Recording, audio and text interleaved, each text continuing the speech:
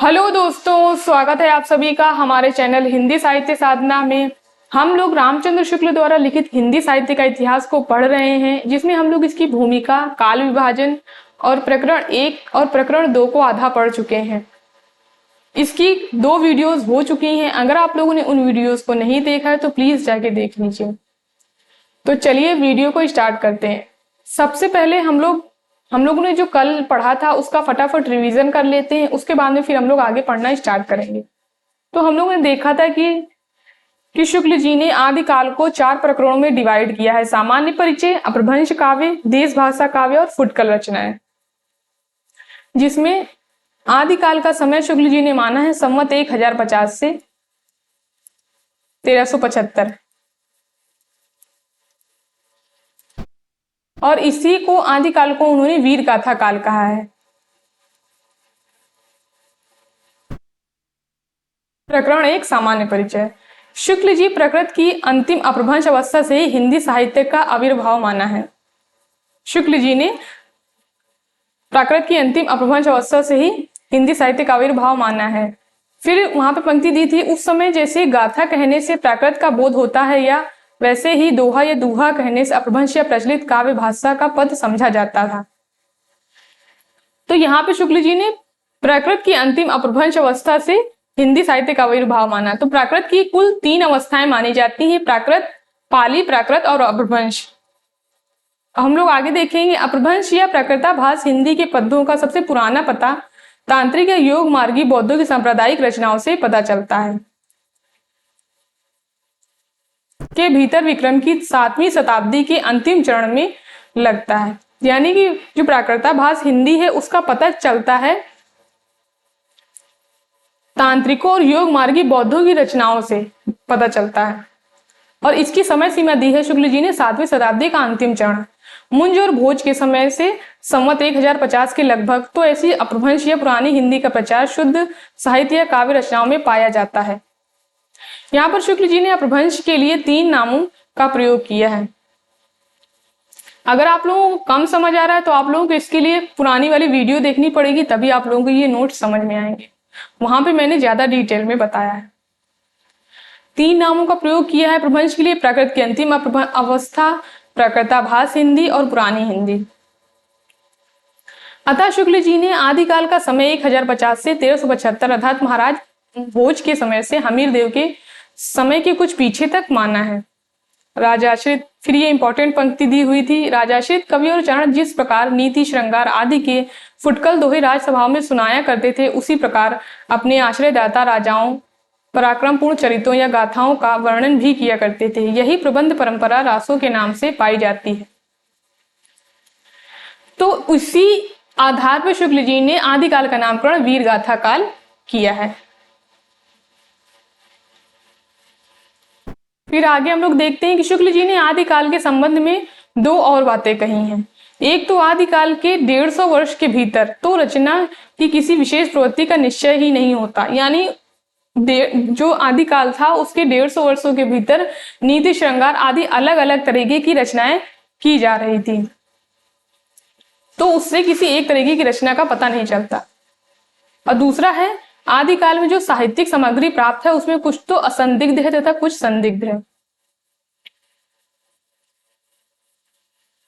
फिर यहाँ important line दी हुई थी आगे, बोलचाल की भाषा घिस घिसाकर बिल्कुल जिस रूप में आ गई थी, सारा वही रूप ना लेकर कवि और चारण आदि भाषा का बहुत कुछ वह रूप व्यवहार में लाते थे जो उनसे 100 वर्ष पहले से कवि परंपरा चली आती थी।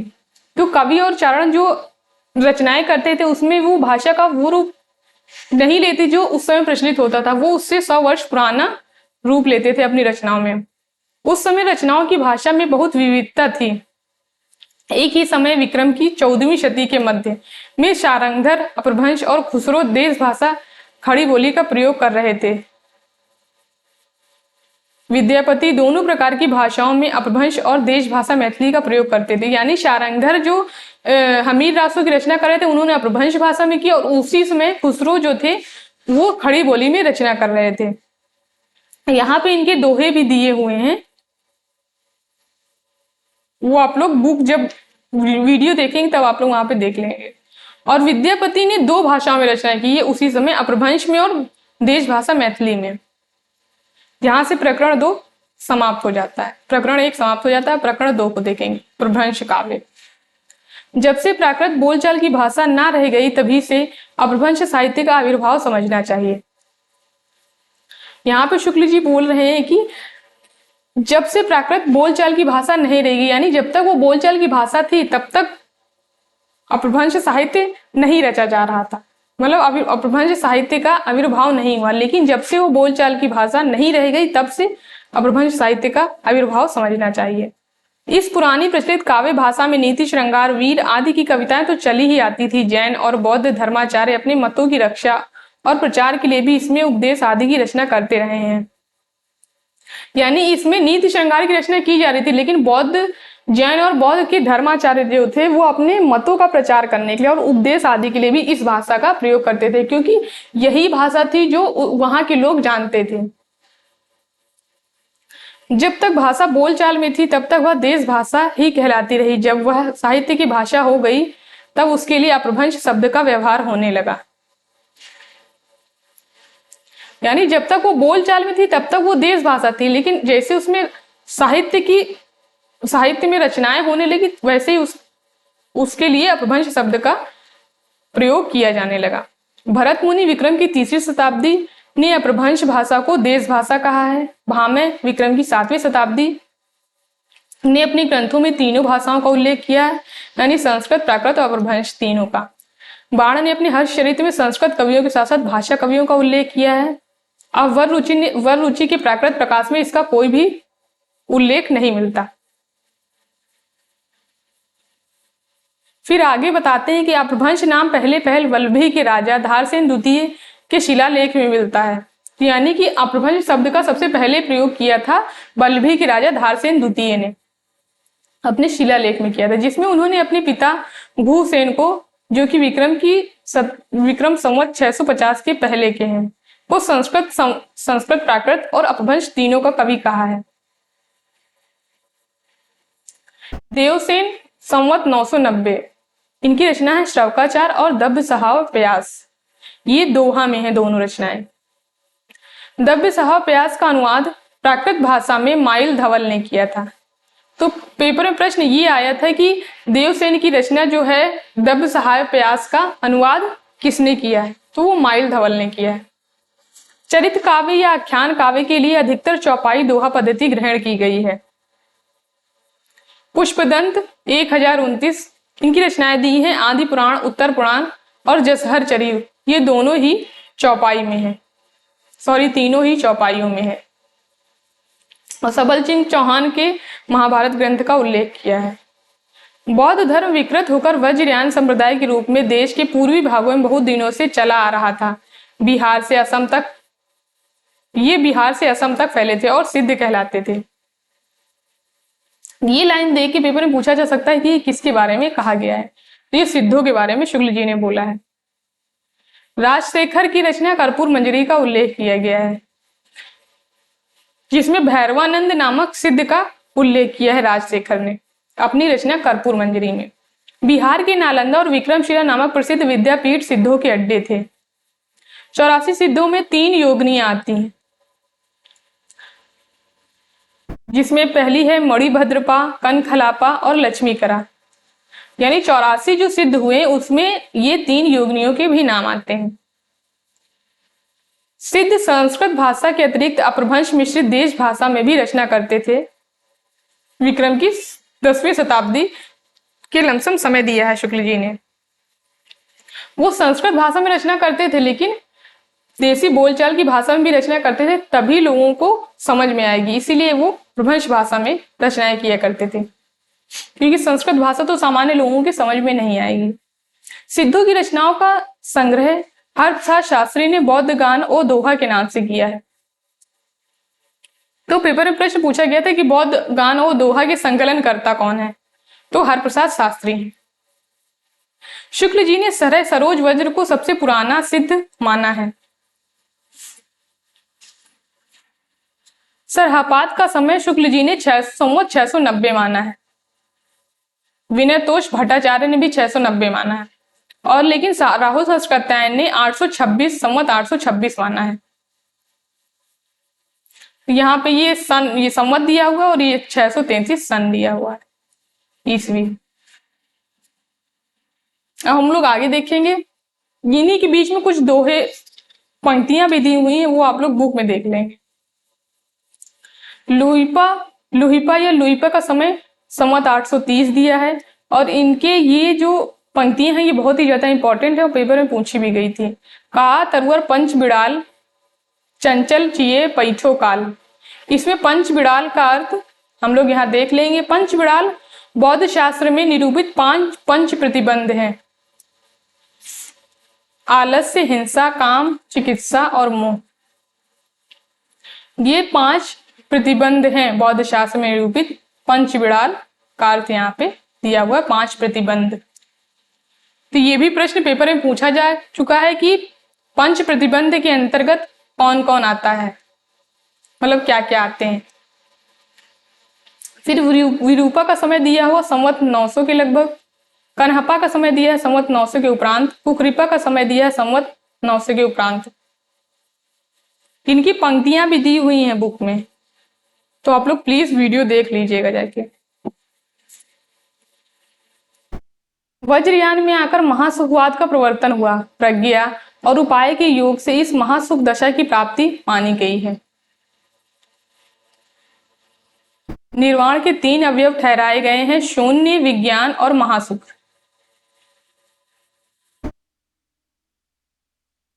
गोरखनाथ के नाथ पंथ का मूल भी बौद्धों की यही वज्रयान शाखा है। 84 सिद्धों में गोरखनाथ भी गिन लिए गए हैं, पर उन्होंने अपना मार्ग अलग कर लिया। यानी 84 की सिद्धों के अंतर्गत गोरखनाथ भी आते हैं, लेकिन जब यहाँ पे ये वज्रयान में, महायान और वज्रयान में जब ये बढ़ गया था बौद्ध धर्म में, तब इन्होंने अपनी शाखा अलग कर ली थी।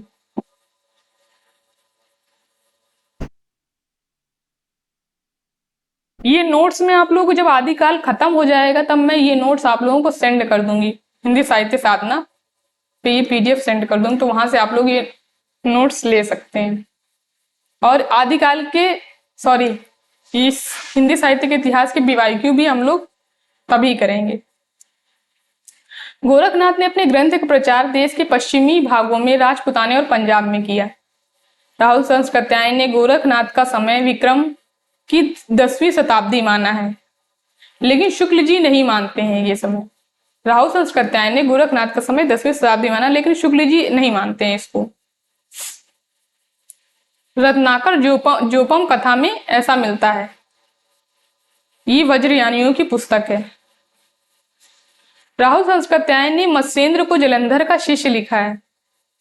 महाराष्ट्र के संत ज्ञानदेव ने जो अलाउद्दीन के समय में संवत 1358 में थे, अपने को गोरखनाथ की शिष्य परंपरा में कहा है। उन्होंने यह परंपरा इस क्रम में बताई है कि पहले आएंगे आदिनाथ, फिर इनके शिष्य हुए मत्स्येंद्रनाथ, फिर गोरखनाथ, फिर ज्ञानीनाथ, फिर निवृत्तिनाथ और फिर अंत में आते हैं ज्ञानेश्वर। गोरक्ष सिद्धांत संग्रह में प्रवर्तकों के नाम गिनाए गए हैं। गोरक्ष सिद्धांत संग्रह जो है ये नाथों का एक पुस्तक या ग्रंथ कह सकते हैं आप लोग। इसमें 9 नाथों के नाम बताए गए हैं इस प्रकार। नागार्जुन का समय दिया है शुक्ल बुक में संवत 702। नागार्जुन जड़ भरत, हरिश्चंद्र, सत्यनाथ, भीमनाथ, गोरक्षनाथ, चरपट, जलंधर और मल्ल्यार्जुन। 84 सिद्धों में बहुत से मछुए, चमार, धोबी, डोम, कहार, लकड़हारे दर्जी थे, अतः जाति पाति के खंडन तो वे आप ही थे। नाथ के जोगी कान की लौ में बड़े बड़े छेद करके स्फटिक के भारी भारी कुंडल पहनते थे, इससे वे कनफटे कहलाते थे।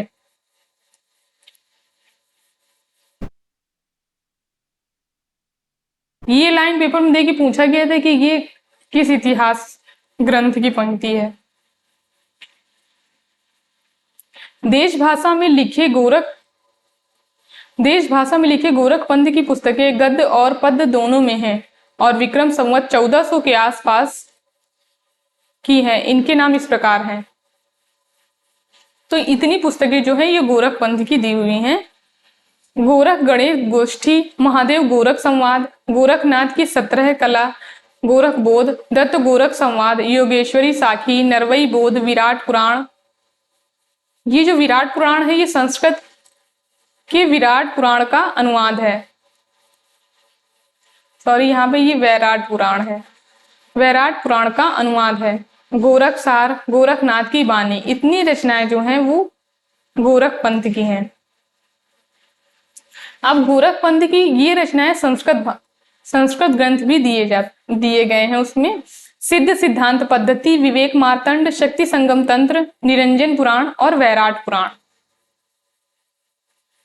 शुक्ल जी के अनुसार सिद्धों और योगियों की रचनाएं शुद्ध साहित्य के अंतर्गत नहीं आती हैं। उनका वर्णन यहाँ पर दो बातों के विचार से किया गया है। ये हम लोग हिंदी साहित्य के इतिहास की भूमिका में ही देख चुके हैं कि शुक्ल जी सिद्धों और योगियों की रचनाओं को साहित्य के अंतर्गत नहीं मानते हैं। उसका वर्णन केवल शुक्ल जी ने इस वजह से किया है कि अपभ्रंश भाषा का प्रयोग कब से हो रहा है, इसके लिए केवल उन्होंने उनकी रचनाओं को लिया है। तो दो तर्क दिए हैं यहाँ पे कि उनकी रचनाओं को यहाँ पे क्यों लिया गया है। पहला तो है भाषा, कि इस अपभ्रंश भाषा का व्यवहार कब से हो रहा है। दूसरा है सांप्रदायिक प्रवृत्ति और उसके संस्कार की परंपरा। फिर आगे ये पंक्ति इंपॉर्टेंट है, उनकी रचनाओं का जीवन की स्वाभाविक सारणियों, अनुभूतियों और दशाओं से कोई संबंध नहीं है। वे सांप्रदायिक शिक्षा मात्र हैं, अतः शुद्ध साहित्य की कोटि में नहीं आ सकती। तो ये पंक्तियां देख के आपसे पूछा जा सकता है कि किसके संबंध में है, सिद्ध साहित्य, नाथ साहित्य। तो ये सिद्ध साहित्य के संबंध में ये पंक्तियां शुक्ल जी ने कही हैं, सॉरी सिद्धों के संबंध में। अब हम लोग देखते हैं हम लोग ने कहां से छोड़ा था। यहां तक हम लोग कल पढ़ चुके थे, हम लोग यहां से आगे स्टार्ट करेंगे।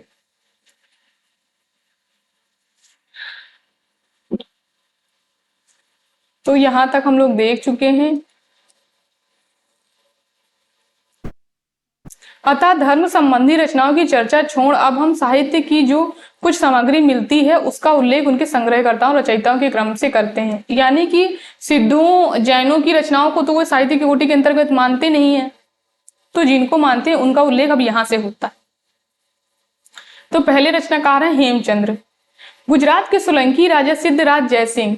इनका समय दिया हुआ संवत 1050 से 1199 और उनके भतीजे कुमारपाल का यहाँ समय दिया हुआ 1199 से 1230 कि यहाँ उनका बड़ा भारी व्याकरण ग्रंथ सिद्ध हेमचंद्र शब्दानुशासन सिद्धराज के समय में बनाया गया, जिसमें संस्कृत, प्राकृत और अपभ्रंश तीनों का समावेश किया गया है। तो पेपर में प्रश्न पूछा गया था कि सिद्ध हेमचंद्र शब्दानुशासन कैसा ग्रंथ है, तो ये व्याकरण ग्रंथ है। ये यहाँ पे आप लोग देख सकते हैं।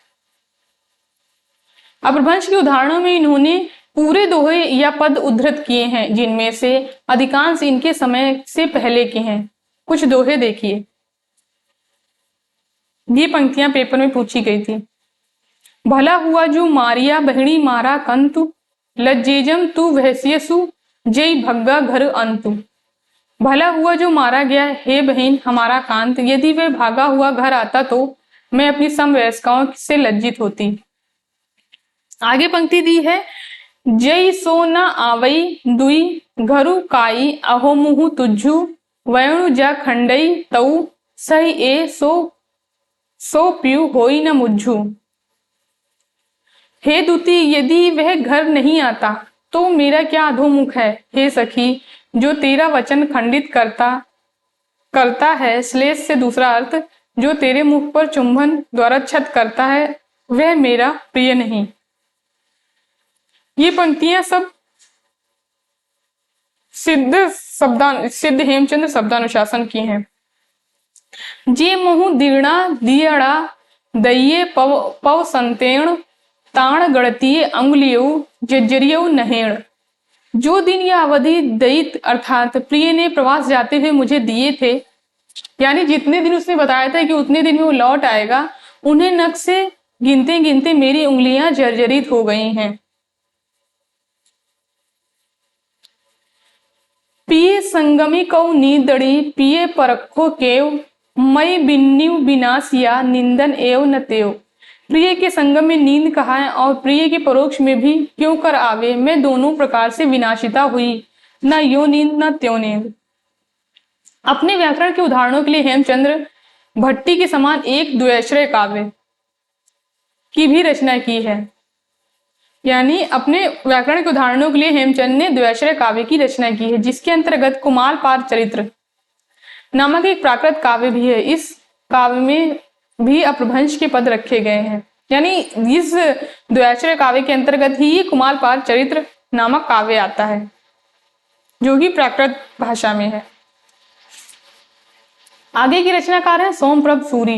ये भी एक जैन पंडित है। इन्होंने संवत 1241 में कुमारपाल प्रतिबोध नामक एक गद्य पद्य में संस्कृत प्राकृत काव्य लिखा है। अच्छा, यहाँ पे ये कुमारपाल प्रतिबोध का समय दिया हुआ है, ये आप लोग याद रखेंगे क्योंकि रचनाओं का अब समय भी पूछा जा रहा है पेपरों में, जिसमें समय समय पर हेमचंद्र द्वारा कुमारपाल को अनेक प्रकार के उपदेश दिए जाने की कथाएं लिखी हैं। यह ग्रंथ अधिकांश प्राकृत में ही है। बीच बीच में संस्कृत श्लोक और अपभ्रंश के दोहे आए हैं। अपभ्रंश के पद्यों में कुछ तो प्राचीन है और कुछ सोमप्रभ और सिद्धिपाल कवि के बनाए हैं। प्राचीन में से कुछ दोहे दिए जाते हैं। तो इसमें इंपॉर्टेंट इतना ही है कि ये जो ग्रंथ है ये कुमारपाल प्रतिबोध ग्रंथ सोमप्रभ सूरी का है और इसका जो समय है वो 1241 है। रावण जयऊ जहि दियहि दह मुह एक शरीरु, चिंता वही तयहि जननी कवणु पियावो खीरू। जिस दिन 10 मुख एक शरीर वाला रावण उत्पन्न हुआ, तभी माता चिंतित हुई कि दूध किसमें पिलाऊं। 20 विशिष्ट बार यही जयवी मनोहर गात, गंगा जल पक्लियवी सुणीही की होई पवित्र। 20 विशिष्टों को वारिये अर्थात बचाइए, यदि मनोहर गात्र हो तो भी गंगा जल से धोई कुदिए क्या पवित्र हो सकती है। आगे पंक्तियां हैं। पिए हऊ थकियऊ सयलु दिणु तुहु विरग्गी किलंत, थोड़ई जल जिमी मछलिये तल्लो बिल्ली करंत। हे प्रिय, मैं सारे दिन तेरी विरहाग्नि में वैसे ही कड़कड़ाती रही जैसे थोड़े जल में मछली तलबेली करती है। फिर तीसरे रचनाकार है जैनाचार्य मेरुतुंग। इनकी रचना है प्रबंध चिंतामणि। इन्होंने संवत 1361 में, इसका भी समय यहाँ पे दिया हुआ है 1361 में प्रबंध चिंतामणि नामक एक संस्कृत ग्रंथ भोज प्रबंध के ढंग का बनाया। यानी ये जो ग्रंथ है ये संस्कृत भाषा में है, जिसमें बहुत पुराने राजाओं के आख्यान संग्रहित किए गए हैं। इन्हीं आख्यानों के अंतर्गत बीच बीच में अपभ्रंश के पद भी उद्धृत हैं, जो बहुत पहले से चले आते थे। कुछ दोहे तो राजा भोज के चाचा मुंज के कहे हुए हैं। तो प्रबंध चिंतामणि के अंतर्गत कुछ दोहे राजा भोज के चाचा मुंज के भी हैं। मुंज के दोहे अपभ्रंश या पुरानी हिंदी के बहुत ही पुराने नमूने कहे जा सकते हैं। मुंज ने तब तैलंग देश पर चढ़ाई की थी। तब वहां पर राजा तैलब ने उसे बंदी बना लिया था और रस्सियों से बांधकर अपने यहाँ ले गया था। वहां उसके साथ तैलब की बहन मृणालवती से प्रेम हो गया। इस प्रसंग के दोहे देखिए। यानी जैनाचार्य मेरुतुंग के दोहे तो इसमें है ही, लेकिन राजा भोज के चाचा मुंज के भी दोहे इसमें हैं। झाली तुट्टी किम ना मुंह किम ना हुए छरबुंज, हिंदई दौरी बदियऊ जिम मंकड़ तिम मुंज। टूट पड़ी हुई आग से क्यों ना मरा, झारपुंज क्यों ना हो गया, जैसे डोरी में बंधा बंदर वैसे घूमता है मुंज। आगे पंक्ति है। मुंज भाई मुड़ाल वई जुम्बे गयू न झूरी, जय शक्कर सय खंड तिहे तो इस मीठी चूरी। मुंज कहता है, हे मृणालवती, गए हुए यौवन को ना पछता, यदि शर्करा के 100 खंड हो जाएं तो भी यह चूरी हुई ऐसी ही मीठी रहेगी। जामति पच्छई संपंजई सामति पहली होई, मुंज भई मृणाल वई विघन न बढ़ई कोई। जो मति यह बुद्धि पीछे प्राप्त होती है, यदि पहले हो तो मुंज कहता है मृणालवती, विघ्न किसी को ना घेरे। वहां बिछोड़ भी जिह तुहु हऊ तेवई का दोसु, हिय डिठ जई निसरही जाड़ऊ मुंज सरोसु। वहां छुड़ाकर तू जाता है, वैसे ही मैं भी जाती हूँ, क्या हर्ज है हृदय स्थित, अर्थात हृदय से यदि निकले तो मैं जानूं कि मुंज रूठा है। आगे की पंक्तियां हैं, एऊ जम्मू नगऊ ग्यू भड़ भड़ सिरी खग्गू न भग्गू, तिखा तुरिये न मड़िया गोली गोरी गली न लग्गू। यह जन्म व्यर्थ गया, न भट्टों के सिर पर खड़क टूटा, न तेज घोड़े सजाए, न गोरी की या सुंदरी के गले लगा। इन पंक्तियों को देखना इस वजह से जरूरी है क्योंकि ये पंक्तियां पेपर में पूछ ली जाती हैं। फुटकल रचनाओं के अतिरिक्त वीर गाथाओं की परंपरा के प्रमाण भी अपभ्रंश मिली भाषा में मिलते हैं। यहाँ अगले कवि हैं विद्याधर। इस नाम के एक कवि ने कन्नौज के किसी राठौर सम्राट शायद जयचंद के प्रताप और पराक्रम का वर्णन किसी ग्रंथ में किया था। ग्रंथ का पता नहीं पर कुछ पद प्राकृत पिंगल सूत्र में मिले हैं। ये प्राकृत पिंगल सूत्र के जो रचनाकार हैं वो लक्ष्मीधर हैं, संकलनकर्ता लक्ष्मीधर हैं। भा भज्जिय भंगा बंगू कलिंगा तेलंगा रण मुत्ती चले, मरहट्ठा दिट्ठा लगिए कट्ठा सुरट्ठा भा पा पले, चंपारण कंपा पब्बा झंपा उत्थि उत्थि जीव हरे, काशी सर राणा किया पाणा बिज्जाहर भण मंतिवरे। यदि विद्याधर को समसामयिक कवि माना जाए तो भी उसका समय विक्रम की 13वीं शताब्दी में ही समझा जा सकता है। अब आगे कवि हैं शारंगधर। इनका आयुर्वेद का ग्रंथ तो प्रसिद्ध ही है। ये अच्छे कवि और सूत्रकार भी थे। इन्होंने शारंगधर पद्धति नाम के एक सुभाषित संग्रह भी बनाया और अपना परिचय भी दिया। रणथंभौर के सुप्रसिद्ध वीर महाराज हमीर देव। अच्छा, ये जो हम लोग पीछे कवि देख चुके हैं, इनमें इनके जो आश्रयदाता राजा थे इनके बारे में पेपर में पूछ लिया जाता है। जैसे हेमचंद्र के थे ये सोलंकी राजा सिद्धराज जयसिंह, तो ये भी पूछा जाता है कि ये किस राजा के आश्रय में रहते थे, तो ये भी आप लोग याद रखेंगे। शारंगधर का यहाँ पे हमीर देव दिया हुआ है कि प्रधान सभासदों में राघव देव थे। उनके भोपाल, दामोदर और देवदास ये 3 पुत्र हुए। दामोदर के 3 पुत्र हुए शारंगधर, लक्ष्मीधर और कृष्ण। हमीरदेव संवत 1357 में अलाउद्दीन की चढ़ाई में मारे गए थे। अतः शारंगधर के ग्रंथों का समय उक्त संवत के कुछ पीछे अर्थात विक्रम की 14वीं शताब्दी के अंतिम चरण में मानना चाहिए। शारंगधर पद्धति में बहुत से शाबर मंत्र और भाषा चित्र काव्य दिए हैं जिनमें बीच बीच में देश भाषा के वाक्य आए हैं। उदाहरण के लिए श्री मल्लदेव राजा की प्रशंसा में कहा हुआ यह श्लोक देखिए।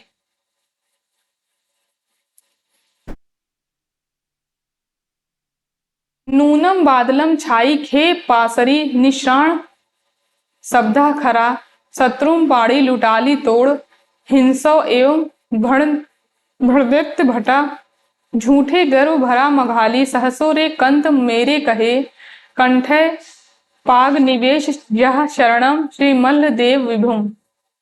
परंपरा से प्रसिद्ध है कि शारंगधर ने हमीर रासो नामक की वीर गाथा काव्य की भी भाषा में रचना की। तो एक तो हमीर शारंगधर का ये ग्रंथ दिया है शारंगधर पद्धति, दूसरा है हमीर रासो। ये आयुर्वेद संबंधी ग्रंथ है, यहाँ पे ये दिया है, और दूसरा हमीर रासो। यह काव्य आजकल नहीं मिलता। उनके अनुकरण पर बहुत पीछे का लिखा हुआ एक ग्रंथ हमीर रासो नाम का मिलता है। प्राकृत पिंगल सूत्र उलटते पलटते मुझे हमीर की चढ़ाई, वीरता आदि के कई पद छंदों के उदाहरण में मिले हैं। मुझे पूरा निश्चय है कि ये पद असली हमीर रासो के ही हैं। अतः पद नीचे दिए जाते हैं। ढोला मारिए ढिल्ली मह मुझ्यू मेछ शरीर, शुर जज्जला मंतिवर चलिए वीर हम्मीर पाम्भर मेड़ई कंपई दिगमगड़ा अंधार धूलि सुर रहे अच्छई दिगमगड़ा अंधार आड़ फुरासणुक उल्लाह दरमरी दमसी विपक्ष मारू ढिल्ली में ढोला। दिल्ली में ढोल बजाया, इसका यहाँ पे अर्थ दिया हुआ है, दिल्ली में ढोल बजाया गया, म्लेच्छों के शरीर मूर्छित हुए। आगे मंत्रीवर जज्जल को करके वीर हमीर चले, चरणों के भार से पृथ्वी कांपती है, दिशाओं के मार्गों और आकाश में अंधेरा हो गया है। धूल के रथ को आच्छादित करती है। ओल में खुरासानी ले आए, विपक्षियों को दलमल कर दबाया, दिल्ली में ढोल बजाया। और आगे पंक्तियां दी हुई हैं। पिंधऊ दृढ़ सन्नाह बाह ऊपरी पत्थर दई, बंधु समधि रण धंसेव शाही हमीर बाण लई, आणु अड़हपह भमऊ खग रिपु सिसही झल्लऊ, पत्थर ढेली पेली पाबय अफलाऊ, हमीर कज जज्जल भड़ई कोड़ा पोहाड़ मई जलऊ, सुलितान शीस करवाल दई तज्जी कलेवर दीव चलऊ।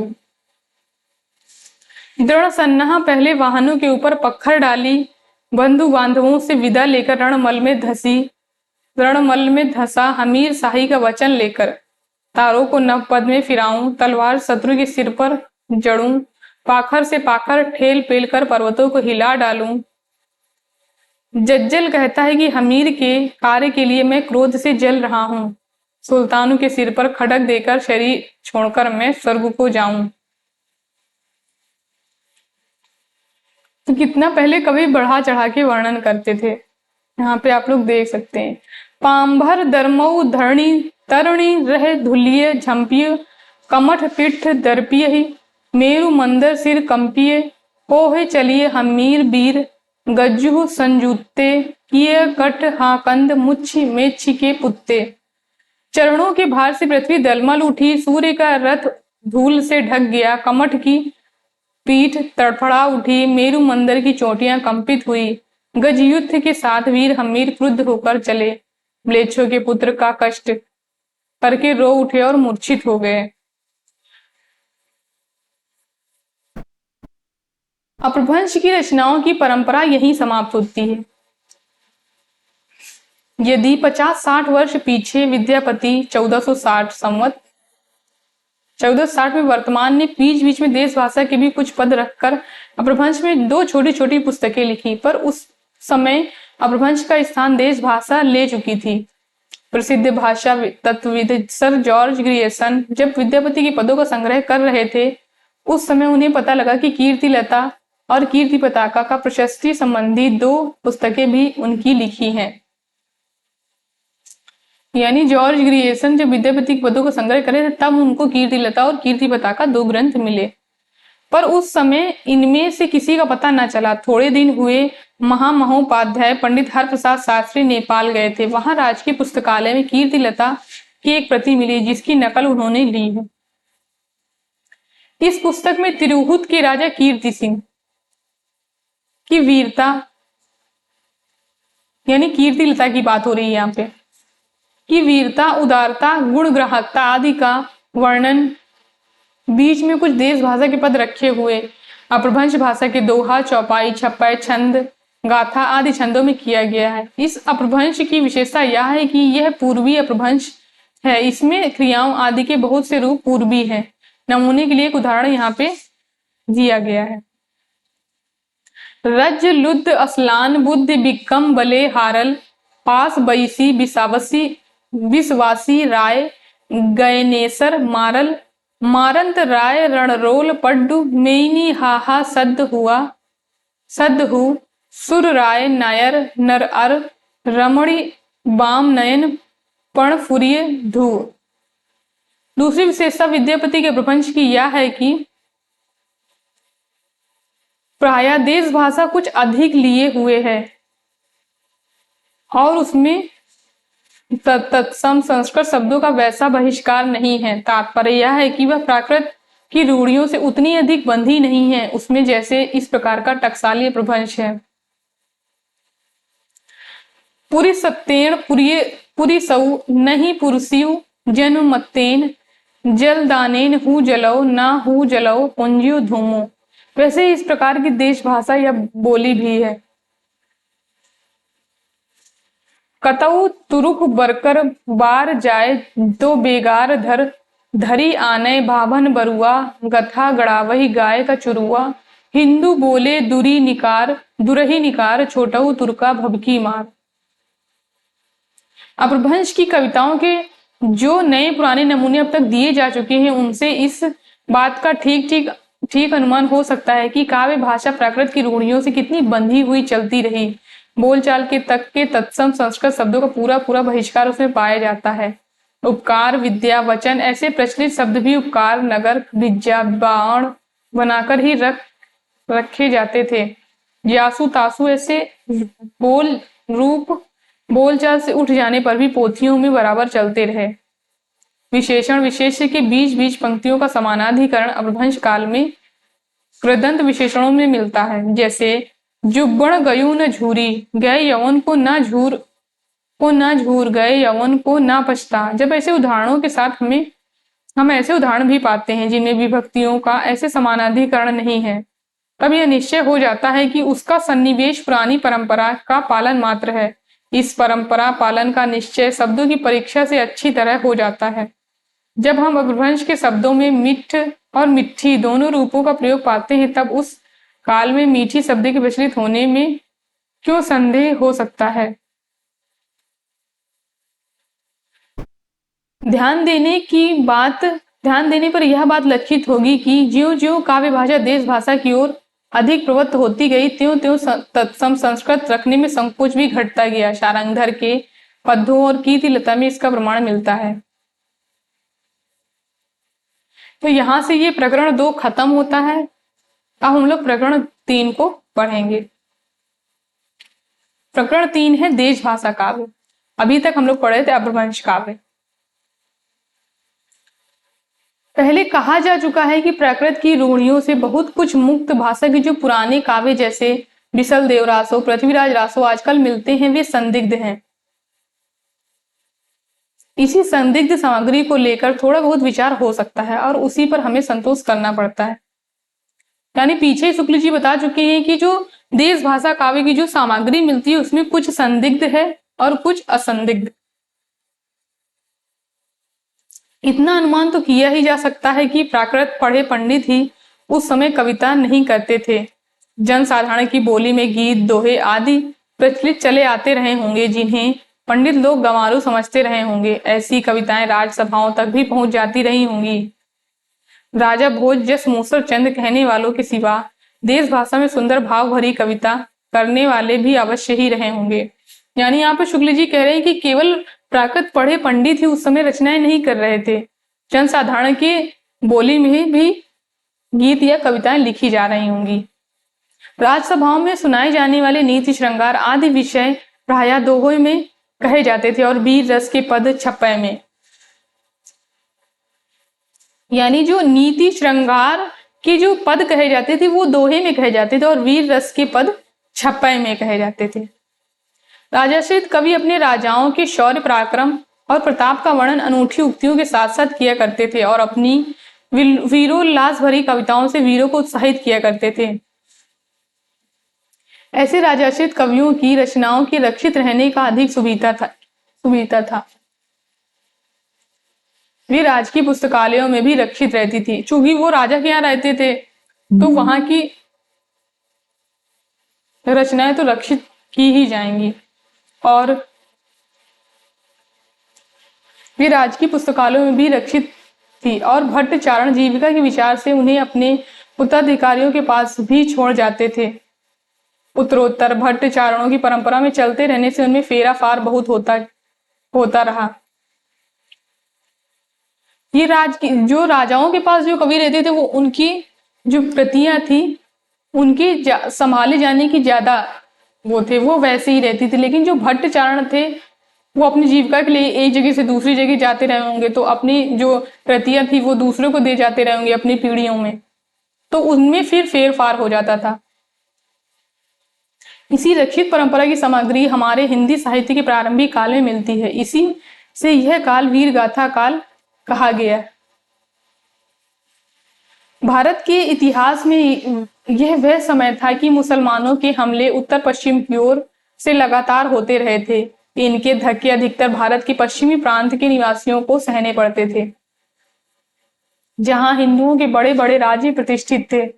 गुप्त साम्राज्य के ध्वस्त होने पर हर्षवर्धन की मृत्यु का संवत दिया हुआ यहाँ पे 704 के उपरांत भारत का पश्चिमी भाग ही भारतीय सभ्यता और बल वैभव का केंद्र रहा था।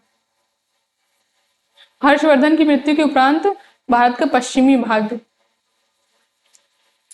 ही बल वैभव का केंद्र था। कन्नौज, अजमेर, अहिलवाड़ा और बड़ी बड़ी राजधानियां उधर ही प्रतिष्ठित थी। उधर की भाषा ही शिष्ट भाषा मानी जाती थी और कवि चारण आदि उसी भाषा में रचना करते थे।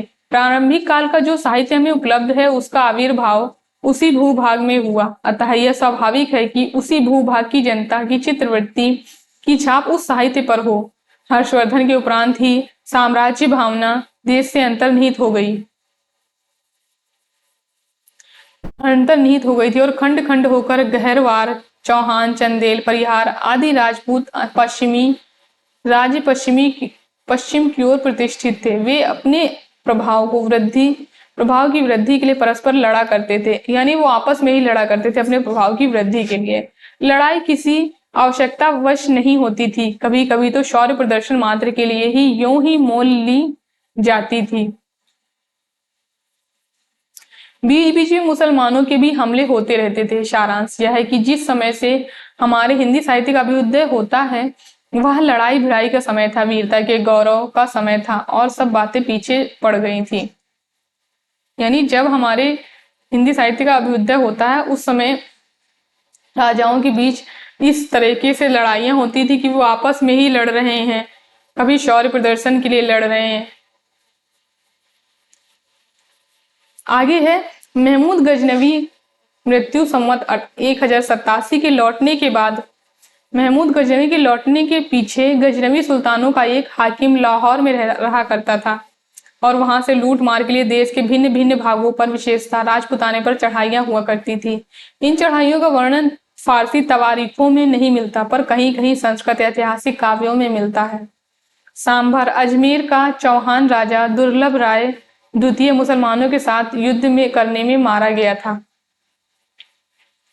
यहाँ पे शुक्ल जी बताना चाहते हैं कि जब ये हिंदी साहित्य की स्टार्टिंग हुई उस समय की परिस्थितियां क्या थी। अजमेर बसाने वाले अजय देव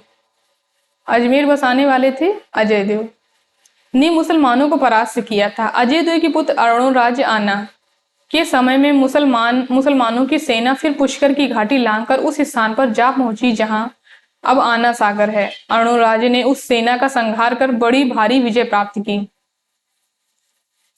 तो अजय देव के पुत्र जो हैं वो अरुणराज आना है।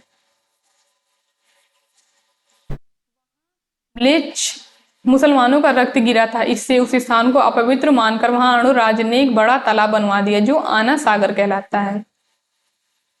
आना के पुत्र बिसल देव विग्रहराज चतुर्थ। बिसल देव का एक नाम यहाँ पे विग्रहराज चतुर्थ दिया हुआ है।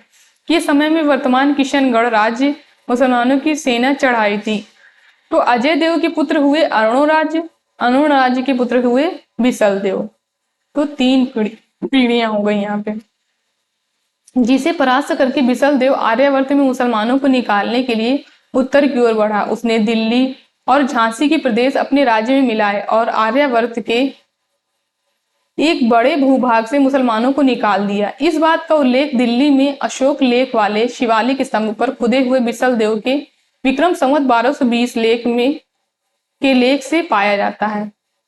यानी इन सब का उल्लेख जो है वो बिसल देव के शिवालिक स्तंभ पर खुदे हुए लेख से पता चलता है।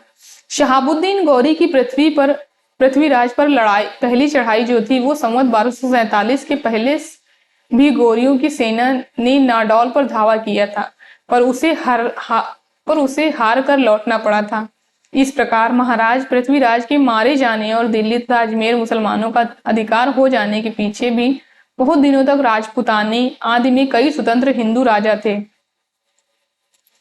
जो बराबर मुसलमानों से लड़ते रहे। इसमें सबसे प्रसिद्ध थे रणथंभौर के महाराज हमीर देव हुए जो लड़ते रहे। इसमें सबसे प्रसिद्ध रणथंभौर के महाराज हमीर देव हुए हैं जो महाराज पृथ्वीराज चौहान की वंश परंपरा में थे। वे मुसलमानों से निरंतर लड़ते रहे और उन्हें कई बार हराया था। सारांश यह है कि पठानों के शासन काल तक हिंदू बराबर स्वतंत्रता के लिए लड़ते रहे हैं। राजा भोज की सभा में खड़े होकर राजा की दानशीलता का लंबा चौड़ा वर्णन करके लाखों रुपए पाने वाले कवियों का समय बीत चुका था। राज दरबारों में शास्त्रार्थों की वह धूम नहीं रह गई थी और पांडित्य के चमत्कार पर पुरस्कार का विधान भी ढीला पड़ गया था। उस समय तो जो भाट या चारण किसी राजा के पराक्रम, विजय, शत्रु कन्या हरण आदि का अत्युक्तिपूर्ण आलाप करता या रण क्षेत्रों में जाके वीरों के हृदय में उत्साह की उमंगे भरा करता था, वही सम्मान पाता था। इस दशा में काव्य या साहित्य के और भिन्न भिन्न अंगों की पूर्ति और समृद्धि का सामुदायिक प्रयत्न कठिन था। उस समय तो केवल वीर गाथाओं की उन्नति संभव थी। इस वीर गाथा को हम दोनों रूप में पाते हैं, एक मुक्तक के रूप में और दूसरा प्रबंध के रूप में। उत्कल रचनाओं का विचार छोड़कर यहाँ वीर गाथात्मक प्रबंधों का ही उल्लेख किया जाता है। जैसे यूरोप में वीर गाथाओं का प्रसंग युद्ध और प्रेम रहा है, वैसे ही यहाँ भी था। किसी राजा की कन्या के रूप का संवाद पाकर दलबल के साथ चढ़ाई करना और प्रतिपक्षियों को पराजित कर उस कन्या का हरण कर वीरों के गौरव और अभिमान का काम माना जाता था। इस प्रकार इन काव्यों में श्रृंगार का भी थोड़ा मिश्रण रहता था, पर गौण रूप में प्रधान वीर रस ही रहता था।